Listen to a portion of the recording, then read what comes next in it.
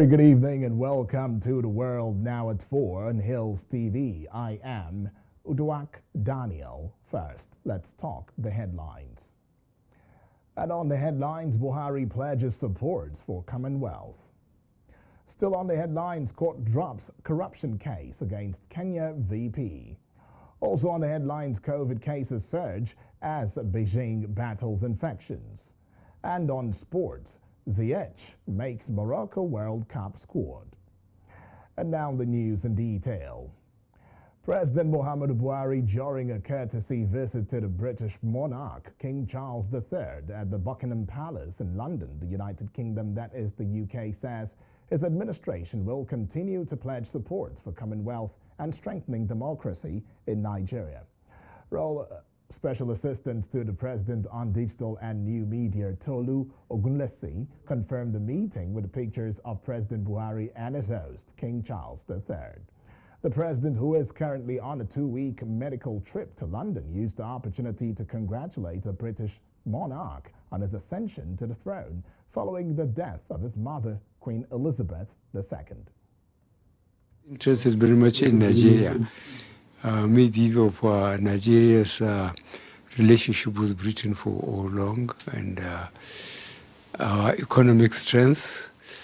I think we are still of great attachment to them, and he really speaks very well of Nigeria, and he showed the interest that he wants the relationship to continue and, if possible, to be improved.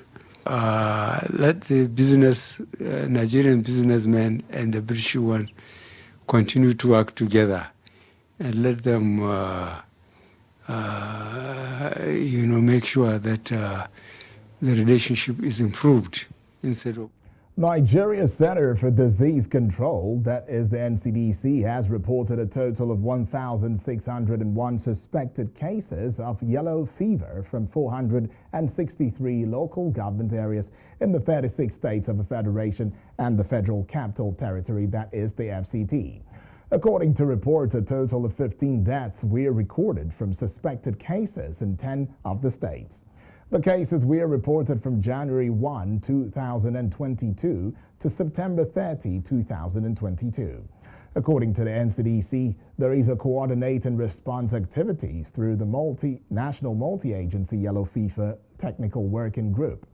Yellow fever is an acute viral hemorrhagic disease transmitted by infected mosquitoes.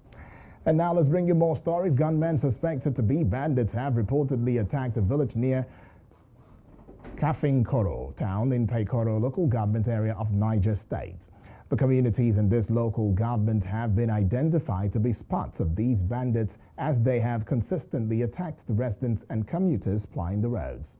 According to reports, the affected people are scampering for safety within the community.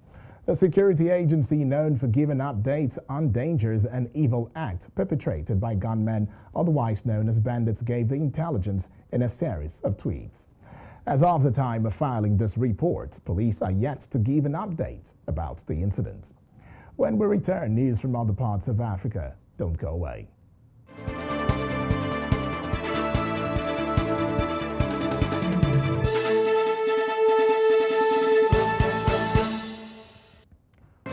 Welcome back and thank you for staying with us. This is The World Now at 4 on Hills TV. Talking stories from Kenya. A Kenyan court has allowed prosecution's request to withdraw a 7.4 billion shillings, that is equivalent to $60 million, also equivalent to 53 million euros, corruption case against Deputy President Rigathi Gachagua and 9 others. In a ruling, Magistrate Victor Wakumile granted the application by the Director of Public Prosecutions, that is the DPP, but warned the accused that they could be rearrested should investigators find evidence incriminating them. The DPP's office had applied to drop the case, citing lack of evidence, and blamed police investigators for not concluding investigations. The public prosecutor has recently come under criticism for withdrawing corruption cases against high-profile individuals, including cabinet members. The deputy president had previously denied the charges leveled against him when he was an MP as having been a politically motivated one.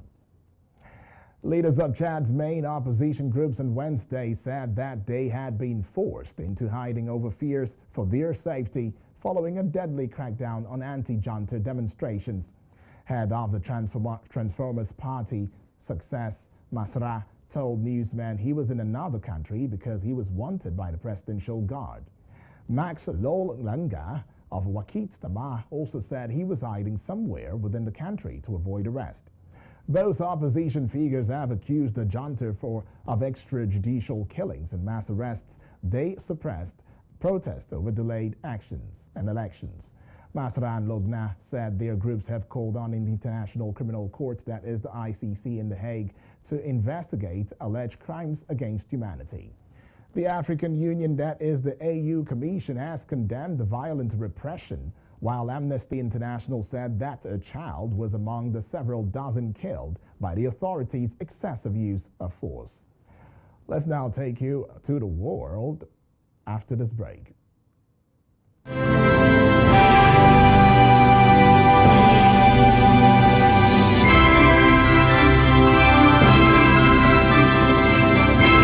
Around the world, Hills TV, thank you for staying with us. Beijing residents will be required to undergo COVID-19 testing every 24 hours as China battles a rebound in infections in several economically vital cities. According to residents, the tighter measure is acceptable for the sake of everyone's health, as the COVID situation in the capital was still quite serious. More than 8,000 cases were reported in the country on November 9, 2022. The southern city of Guangzhou saw daily case numbers increase from double-digit figures in late October to over 2,000 within 2 weeks. With lockdowns being ordered in many cities, there is growing public discontent and doubts about whether the nation's zero-COVID policy will work against more infectious Omicron variant of the virus. And now to matters of concern, Senate and Republicans out there, as the Senate seat remains unoccupied. Republicans edged closer on Thursday to securing a majority in the U.S. House of Representatives, while control of the Senate hinged on a few tight races, 2 days after Democrats staved off an anticipated red wave of Republican gains in midterm elections. The fate of the Senate was far less certain. Either party could seize control by winning 2 close-to-call races in Nevada and Arizona, where officials are tallying thousands of unaccounted ballots. Republicans have captured at least 210 House seats. Edison Research projected 8 short of the 218 needed to wrest the House away from Democrats and effectively halt President Joe Biden's legislative agenda.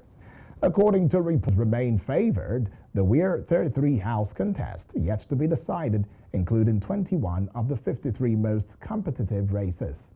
But Democrats were able to avoid the major defeats that Republicans had anticipated, and we're holding on in the Senate, in the close Senate battles in Nevada and Arizona.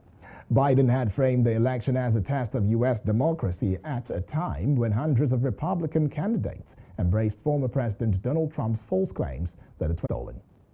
And now let's quickly get on to business and have you know that the chairman of the Economic and Financial Crimes Commission, that is the EFCC, Abdul Rashid Bawa, has demanded full disclosures of the joint venture deals in the Nigerian National Petroleum Company, that is the NNPC Limited, and the oil sector in general.